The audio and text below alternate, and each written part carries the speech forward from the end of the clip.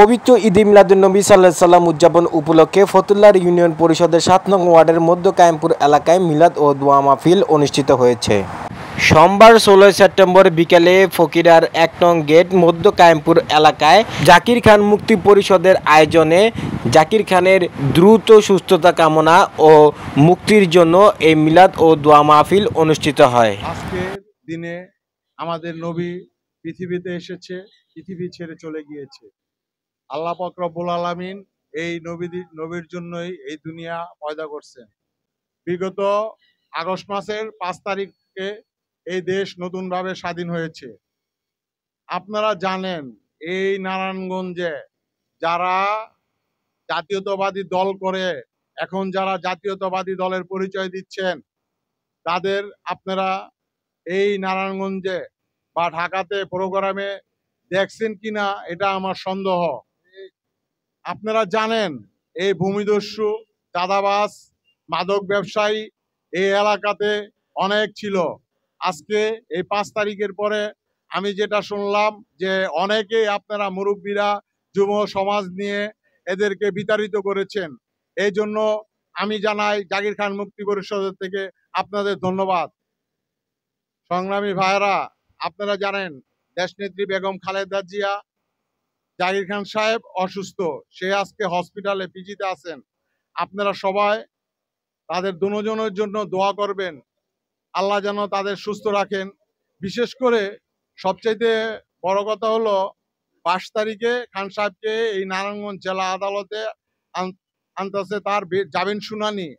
দয়া করে আপনারা সবাই আজকে যেমন এই প্রোগ্রামে এসেছেন, মাসুম, খোকন, সোহেলের নেতৃত্বে এবং মুরব্বীদের নেতৃত্বে আমরা যেন সবাই সকাল ১০টার মধ্যে উপস্থিত থাকি নারায়ণগঞ্জ জেলা জজ কোর্টে।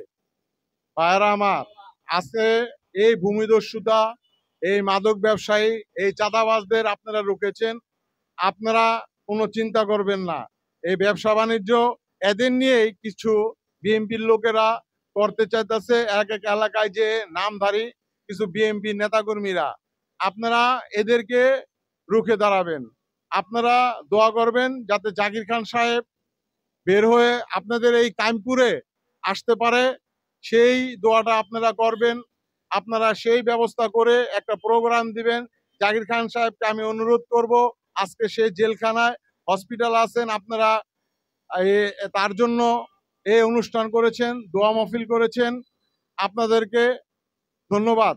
আজকে যারাই এগুলো করছে, আজকে খান সাহেব বের হোক, আপনারা কোনো খাবলা খাবলিতে যাবেন না। এই জুট ব্যবসা, এই ল্যান্ডের ব্যবসা বা ইটা বালুর ব্যবসা, এগুলোর মধ্যে দয়া করে আপনারা যাবেন না। আর সবচাইতে বড় কথা হলো এই ১৭ বৎসর যারা কষ্ট করেছে, আমি মুরব্বীদের কাছে অনুরোধ করব একটা কথাই, যারা এই ১৭ বছর কষ্ট করেছে তাদেরকে আপনারা একটু মূল্যায়ন করিয়েন, তাহলেই দলের মূল্যায়ন হবে, আমাদের দলের ভোট বাড়বে। এটা জাকির খানের কথা, এটা আমার কথা না। ভোট বাড়াইতে পারেন তাহলে আমাদের এই দেশে ধানের শীষ ক্ষমতায় আসবে।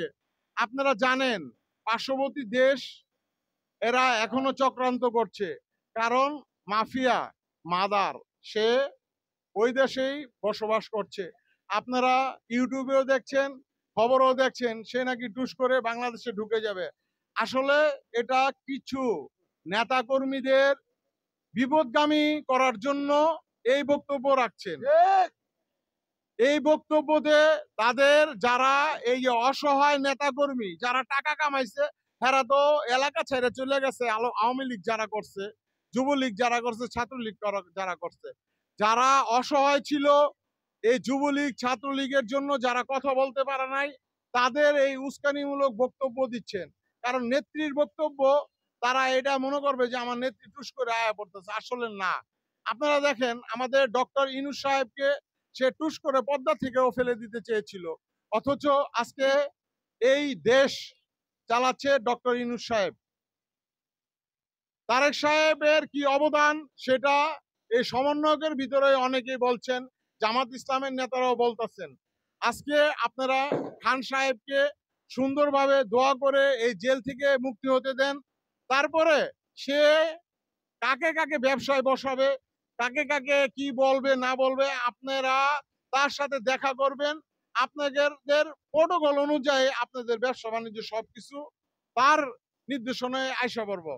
এই জন্য আপনারা জাকির খানের যাতে দুর্নাম না হয়, আপনারা কোনো মেল ফ্যাক্টরিতে, কোনো ইটাবালুর ব্যবসা, কোনো ভূমিদস্যুতা, কোনো মাদক ব্যবসায়ীর সাথে সাক্ষাৎ করে কেউ দয়া করে এইসব জায়গায় যাবেন না। আপনাদের যদি কোনো গার্মেন্টসের মালিকরা মাল দিতে চায়, এখানে খোকন আছে, সোহেল আছে, ছোট ভাই মাসুদ আছে, মুরব্বীদের নিয়ে সমন্বয় করে আপনারা ব্যবসা বাণিজ্য করেন, এখন সেটাতে কোনো অসুবিধা নাই।